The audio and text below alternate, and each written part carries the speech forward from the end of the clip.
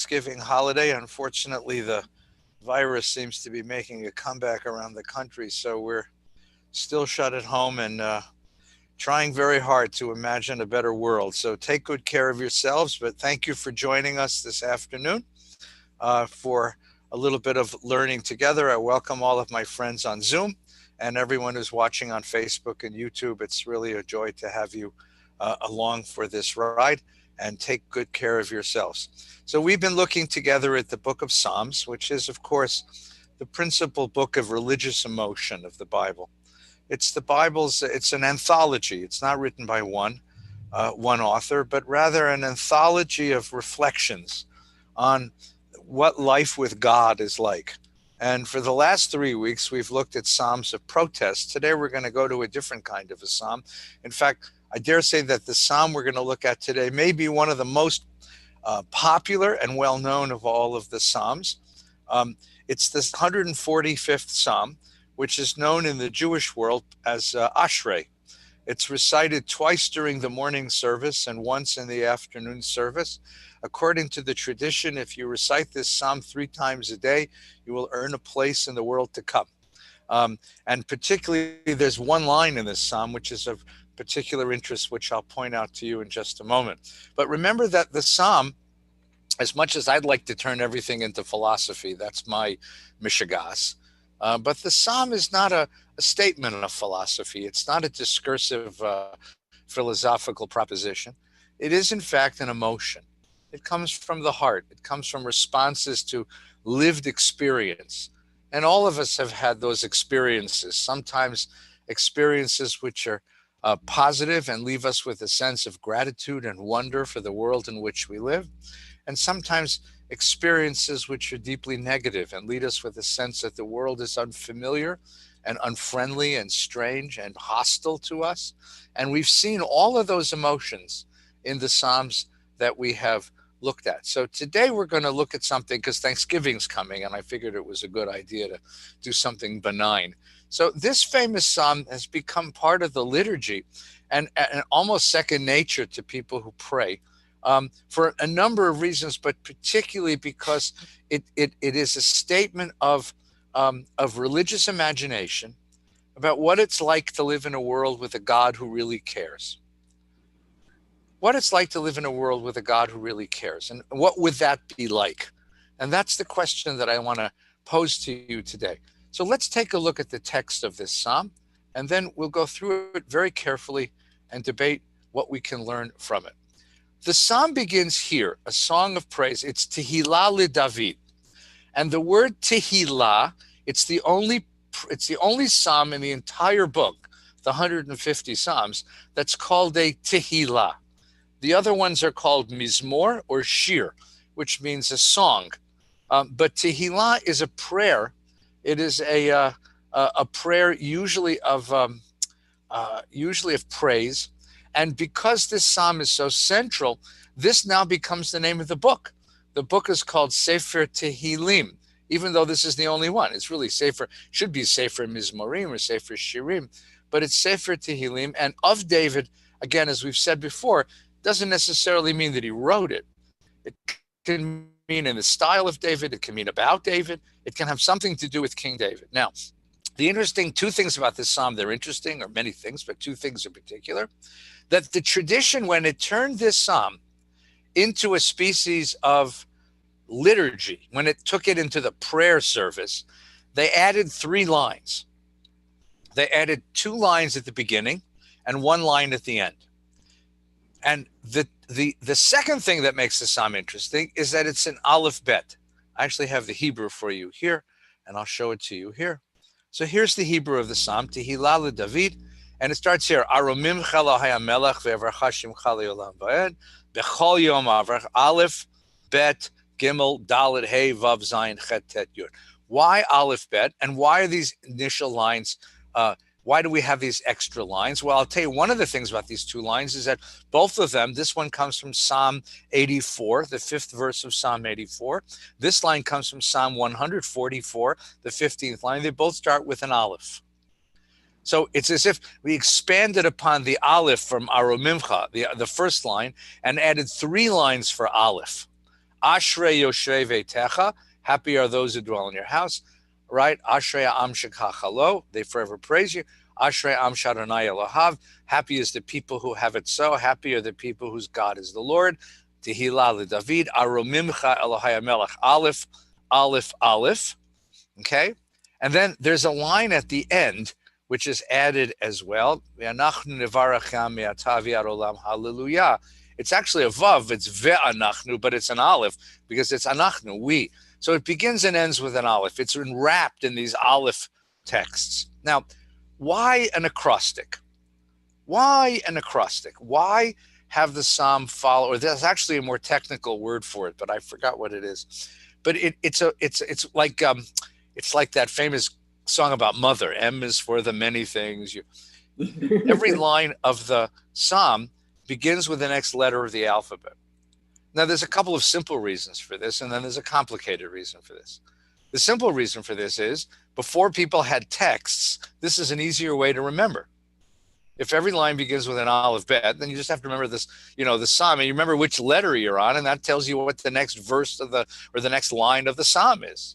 And when you're dealing with people who are memorizing things because they don't have written texts in front of them, because written texts are expensive, then this is an easy mnemonic. It's a way of remembering how to hold on to the lines of the psalm. That's the simple reason for it, okay? The more complicated reason has to do with an ancient idea of the power of language. Now, if you believe that God creates the world with language, that language is actually at the soul of reality, that there's actually a relationship between words and the reality we live in. The Hebrew word for word is davar, which is also the word for thing. Devarim means words. It also means stuff, it means things. There's a relationship between things in the world and the words that we use to relate to them. Now, the psychological relationship between those two things is that the words we use to relate to things give us a way of identifying, visualizing the things. There's a very famous linguistics exercise that talks about the idea that Eskimos have so many dozens of words for snow. And for you and me, snow is snow, right? It's cold, it's wet, it's snow.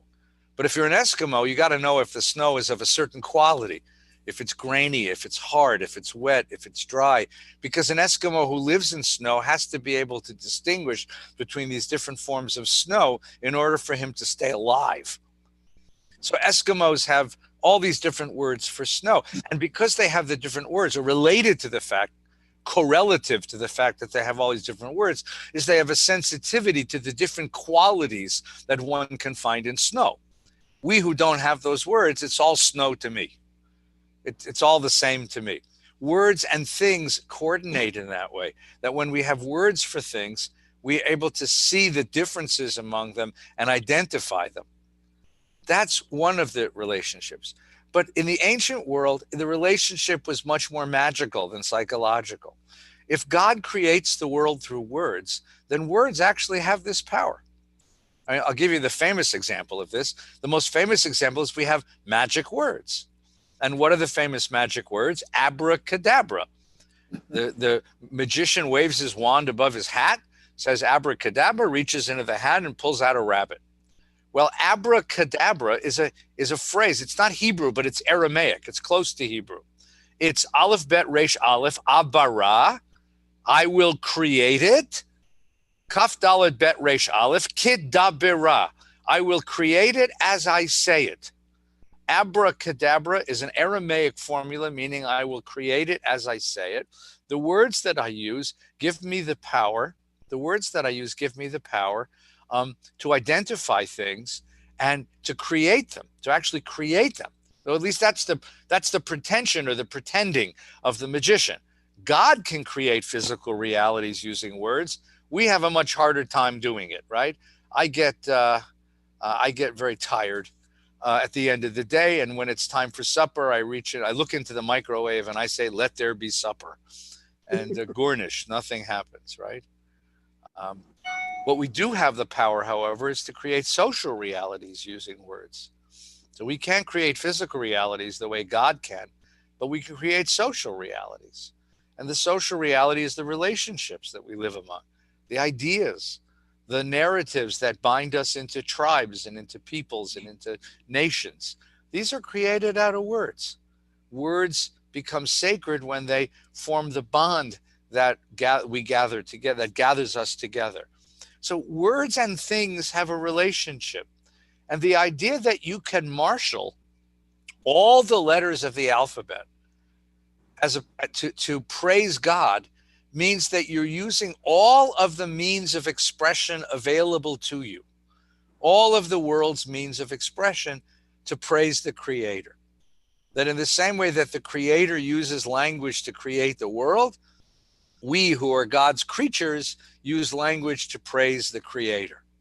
And that's the symmetry. That's the trick of using an acrostic. That's the mystical reason for using an acrostic. Now, there's one element here of this acrostic, very famous thing that is noticed by scholars very early, in that there's a letter missing. There's 22 letters of the Hebrew alphabet. There should be 22 verses to the psalm, but oh my God, there's only 21. What letter is missing? Well, it's the letter Nun. Here's Aleph, right? Bet, Gimel, Dalet, Hey, Vav, Zayin, Chet, Het, Yud, Kaf, Lamed, Mem. The Nun should be right here. That's where the Nun should be. Samach, Ayin, Pei, Tzadik, Kuf, Resh, Shin, Tet, right? But the Nun, the Nun should be right in here, but there's no Nun. Now, for a long time, the Talmud, the Midrashic rabbis tried to figure out why there's no Nun. And they understood that their proposal was that the letter Nun is the first letter of the word Nefilah, which means to fall down. And that they were afraid that the verse with the Nun would be a downer, would be a curse on the Jewish people, or curse on God, God forbid. But what happens instead is we found it. We found it in the Dead Sea Scrolls. We found it in many of the ancient translations of the Psalm. That is, the ancient translations of the Psalm have 22 verses, not 21, and Nun is there. And the verse starts with Nifla, which means wonderful, remarkable. What happened is that it's a very simple thing. What happened? Remember, these things were being copied by hand, right? They're being copied by hand.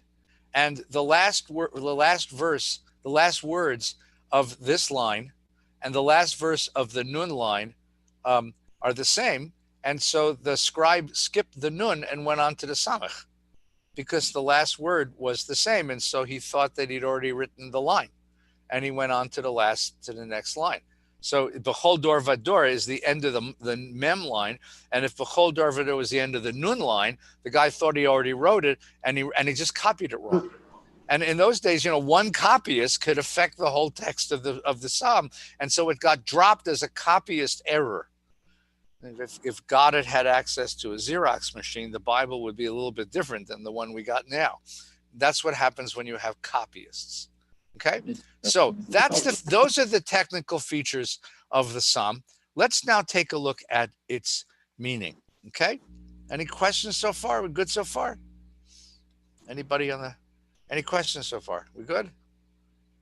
Okay, David. Yeah, David. Yeah, this is a little tangential, but the Dead Sea Scrolls, where they found this, there was some in recent, I don't know, the last year, question about whether they're authentic or not. So, and the other thought was about how words matter. That's the thing that really jumped out at me. Yeah, well, let's do the first verse. The Dead Sea Scrolls are authentic, the ones that were found in the 1950s. Occasionally, somebody shows up with a brand new fragment, which has not been cataloged yet. And there is a question about whether that fragment is actually authentic, or if somebody just sort of forged that, because those are very expensive. But the scrolls were found by a shepherd boy in the Judean hills. I think it was 1953 or 54. Yigal Yadin was one of the archaeologists who went and pulled them out. They were very carefully unrolled and analyzed at the Hebrew University. And then, they're now available to all of us online. And what they give us is they give us a picture of a civilization, a Jewish civilization living out in the desert in the first, second, third centuries, during the Roman period, just before the temple. Just before the temple is destroyed in the first century, just before the temple is destroyed. And what we have, they're normally connected to the Qumran community. Qumran was a town out by the Dead Sea that we've now excavated. And the scrolls and the community are normally connected. There's some scholars who say they don't belong together. There are other scholars who say that that not all the scrolls belong to the community, but generally. So this was a group of Jewish believers who believed that the city of Jerusalem was hopelessly corrupt and hopelessly polluted. And they escaped out to the desert and created their own town. And in the course of the centuries that they lived out on the desert, they created their own versions of Jewish civilization. So the two things that are in the Dead Sea Scrolls, which are particularly interesting, is their own books, which talk about their interpretations of Judaism, very different than the interpretations given to us by the rabbis of the Talmud. And second, versions of biblical texts like this one, which are early biblical texts. And you understand that if you have a tradition of copying texts by hand, and if once a century a text gets changed, 10 centuries means 10 changes. If you could go back in time to the year 0, you now have texts which are more or less pristine, at least more pristine than the ones that we copied by hand until they were printed in the 15th century. A whole lot fewer mistakes came into the text. Rabbi, do you feel that there are intentional omissions for? Very good. Oh, that's a very good question. Are they intentional? I mean, for whatever's particular. No, you're exactly. Like, you know what I'm getting at. Great question. It's a great question. And I'm not the scholar to ask, because that's something that would be debated. You look at particular intentional omissions. Here's the other question, David. You have a text, a handwritten text, right? So I don't know if you do this when you read books. Do you write in the margins of the books? They call that a gloss. You make a note in the margin. What happens if the copyist makes a mistake and he copies the gloss, the little marginal note, into the text? Or somebody wrote something on the top of a word, and then the copyist has to decide, is that the text or is that somebody else's note? And often in these kinds of texts, the glosses, the little marginal notes got included in the text, right? Or letters would get mixed up, or things would be abbreviated and the abbreviations would be forgotten and you'd end up with something that's unintelligible. You got a lot of these copyist issues. So when you study an ancient text, one of the things you use is something called a critical apparatus. And a critical apparatus means some very, very patient scholar gathered a half a dozen manuscripts of the document and compared them. And he'll put one of the manuscripts as printed in the book as the main manuscript. And at the bottom, there are these notes that tell you, here's how that line appears in this manuscript and that manuscript. There's other manuscripts. So we have critical manuscripts of all these ancient texts. By the way, same thing's done with Homer. There's a whole school of how Homer, and how many times Homer, the Iliad and the Odyssey were corrected by scholars, by Shakespeare. And Shakespeare. So anytime you have handwritten stuff, you're going to get this kind of schmear, right? So this is, were certain things changed on purpose? I'm sure they were. If you're the copyist and you're deeply devout, you come across a line which sort of offends you and you say, no, it couldn't say that. Mm-hmm. See, one copyist says to himself, the last guy who copied this made the mistake. I'm going to try to put it back the way it should have been. And then you get this kind of doubling thinking, right? So that's exactly what happens. Now, the other piece of it, which you said, which is even more profound, is words matter. Words really matter. Letters matter. The way words are spelled matter. Words matter. This is a culture in which words really matter. Now remember, this is a culture in which everything is oral. You have to memorize these texts. Bible's memorized.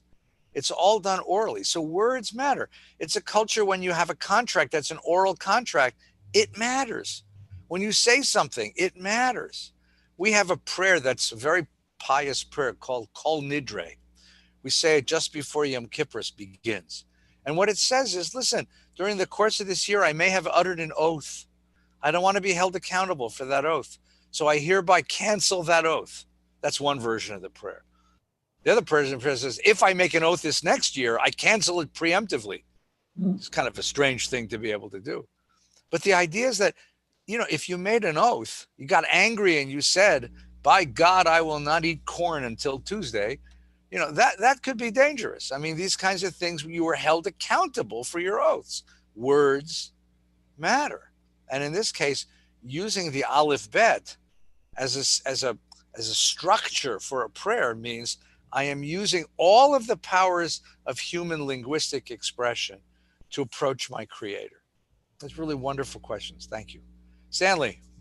You mentioned that words, of course, and language are so important to us as a human, and that our ability to create, just like God's ability to create, and especially those of us that play a lot of Scrabble, they're very, very important. And language and the way it connects. And when I write poetry, also, which I of course love to do, it makes a big, big difference what language and how you use it.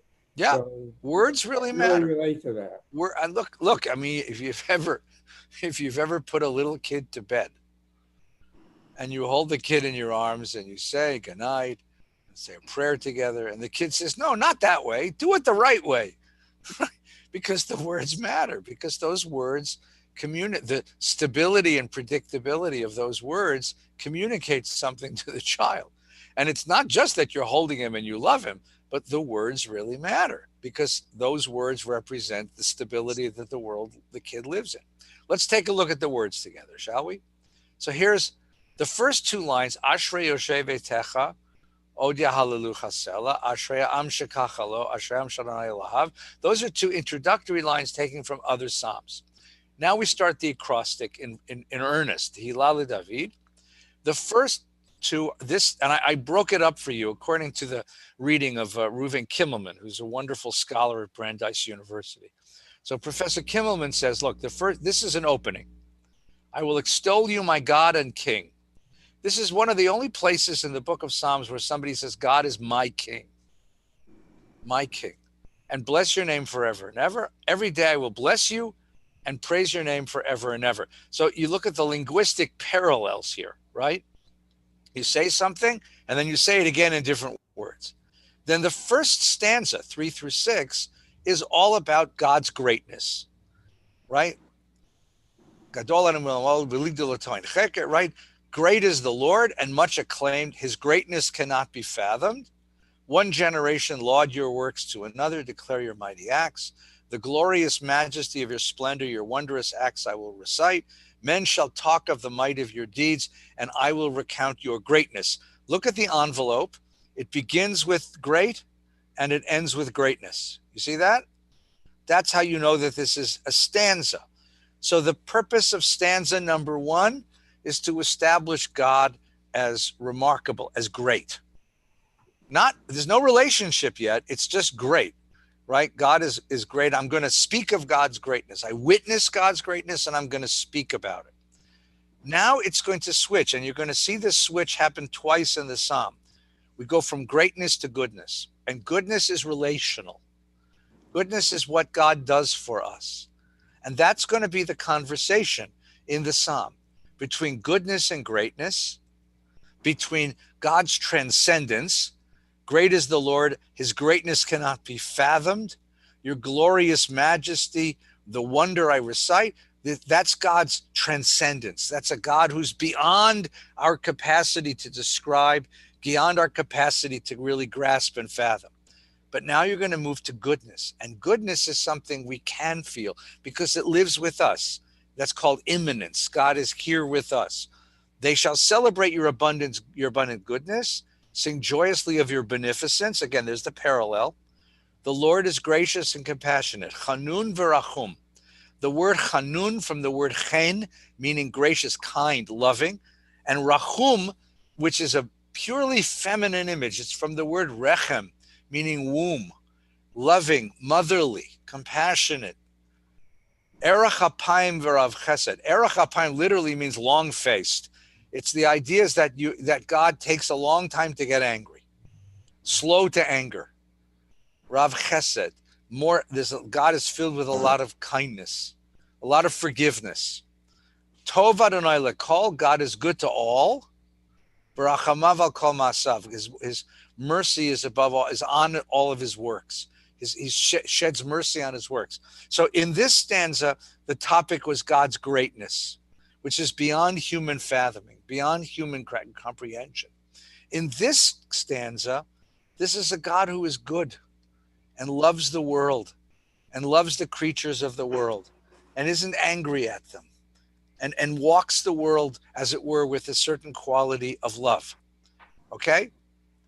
We're going to come back to this in a minute because I'm going to ask you, like, why are we saying this stuff? But just let's get the meaning of the psalm down. Then verse 10 is a sort of pivot, right? Verse 10 is our pivot.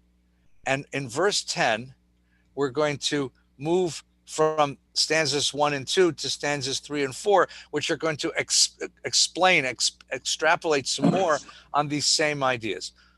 All your work shall praise you, O Lord. Your faithful one shall bless you. And now we're going to go back to the theme of stanza 1 in stanza 3, which is God's greatness. They shall talk of your majesty, of your kingship, and speak of your might.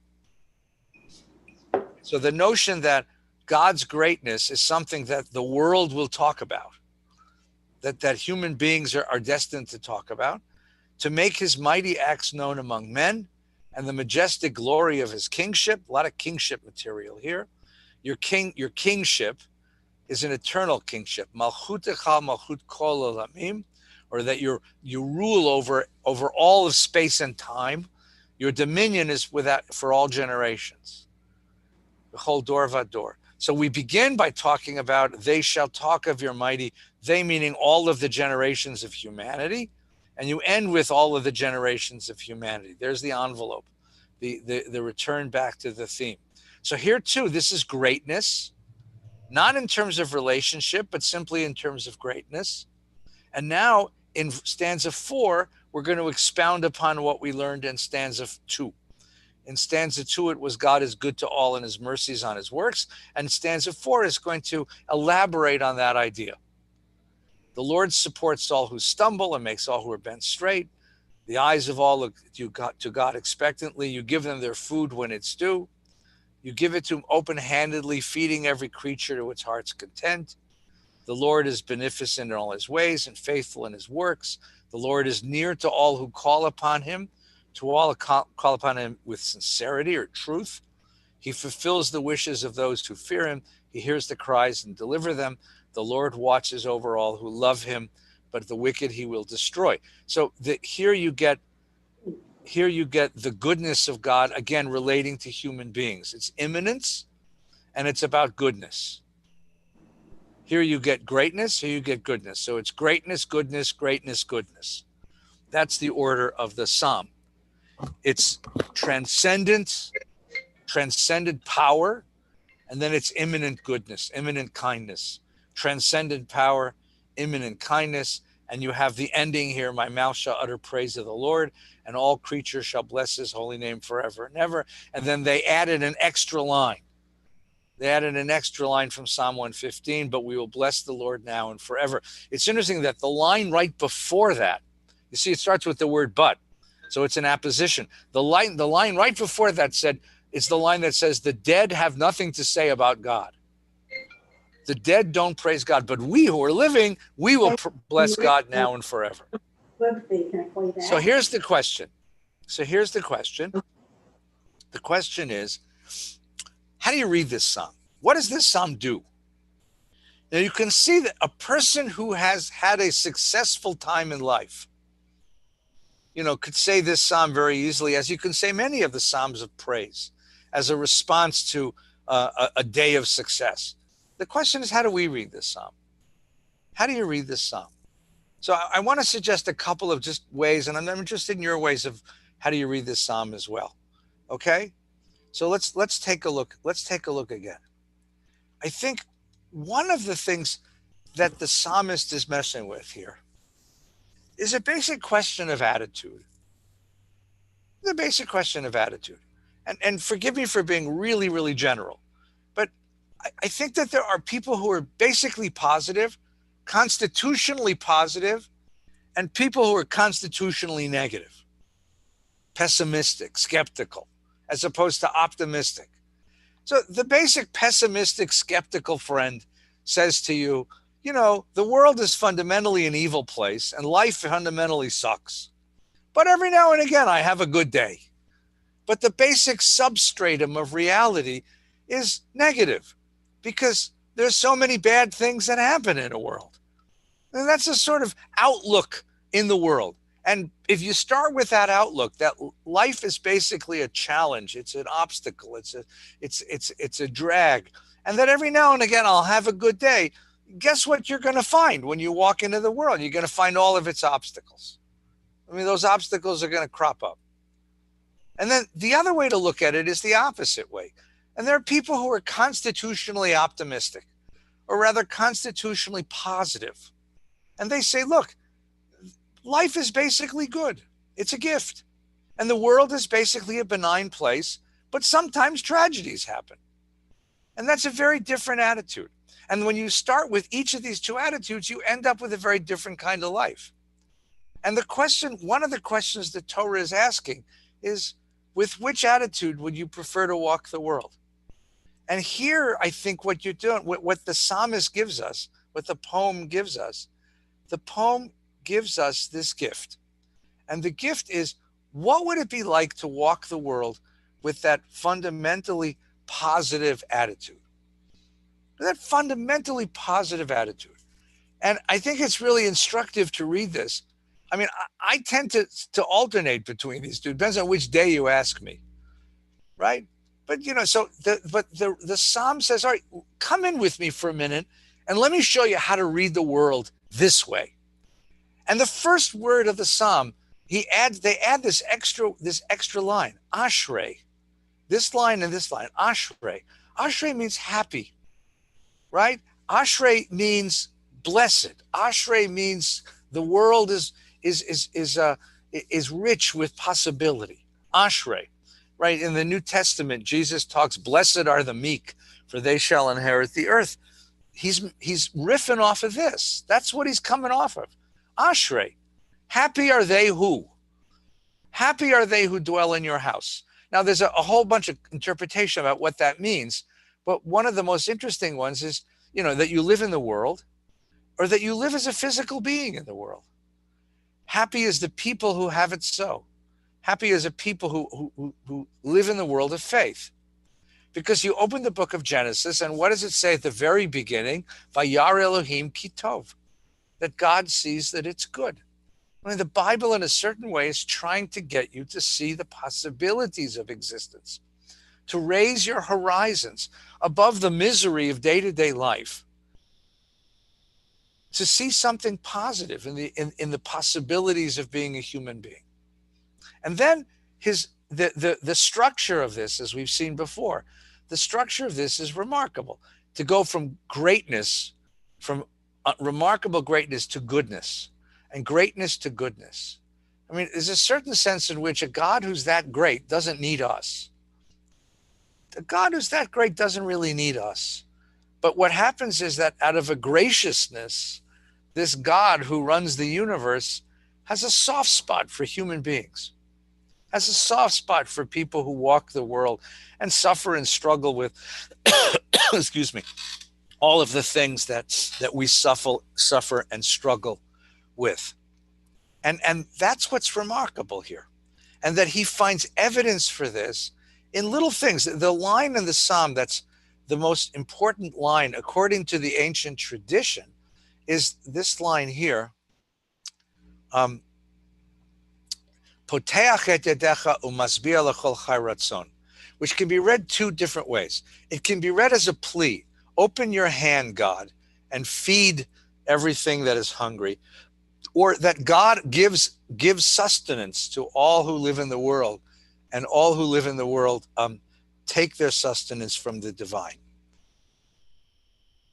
That's the line that the tradition. That's the line that the tradition sort of emphasizes over and again. That's the line that the tradition pushes ahead for us.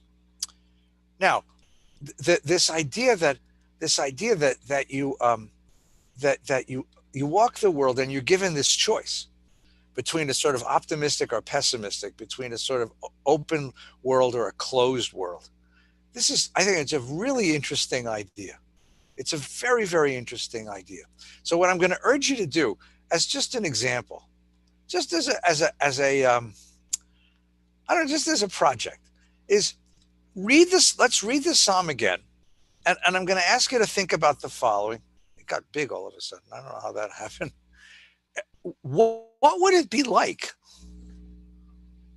to put aside all of our modern skepticism, to put aside all of this sort of doubt that all of us bring to religion, to put aside the critical faculties of religion, and to just sort of dwell in this house for a few minutes, right? To listen to the instruction of the first line.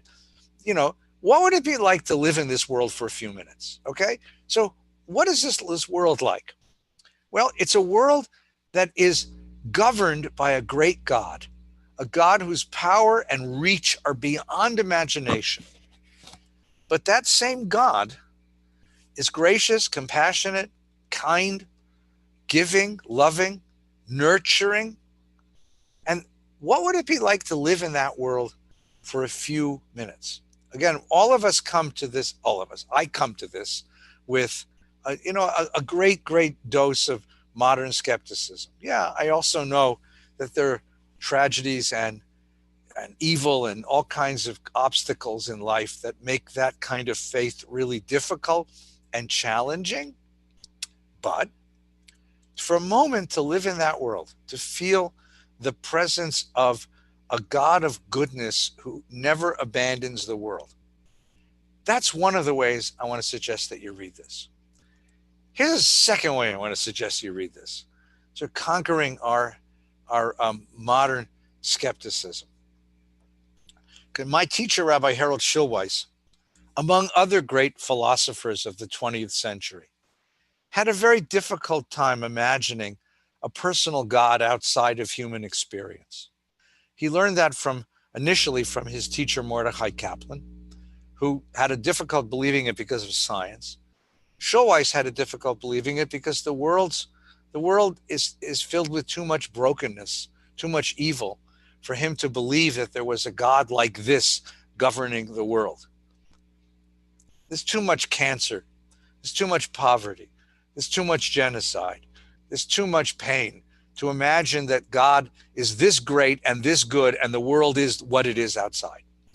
So what Schulweis urged us to do is to take any statement about God and make it a statement about us.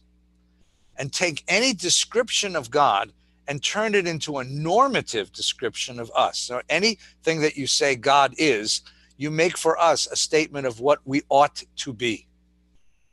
What we ought to be. So the greatness part is difficult because we're not that great. We'd like to be, but we're not. But it's the goodness part that becomes very interesting. So what would it be like to be the kind of person that one could describe as good to all and whose mercies over everything that one does? What would it be like to be a person who supports all who stumble and makes the bent straight? What would it be like to feed those who are hungry and do it open-handedly to everyone's heart's content? What would it be like to be beneficent and faithful in all one's acts?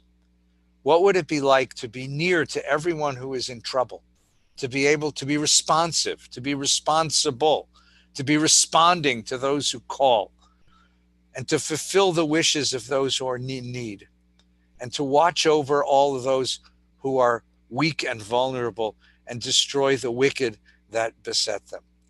If you turn the descriptive statements about divinity into normative statements of morality, you end up with what Rabbi Schulweis would call godliness. And for him, he was a deeply religious man, Harold Schulweis.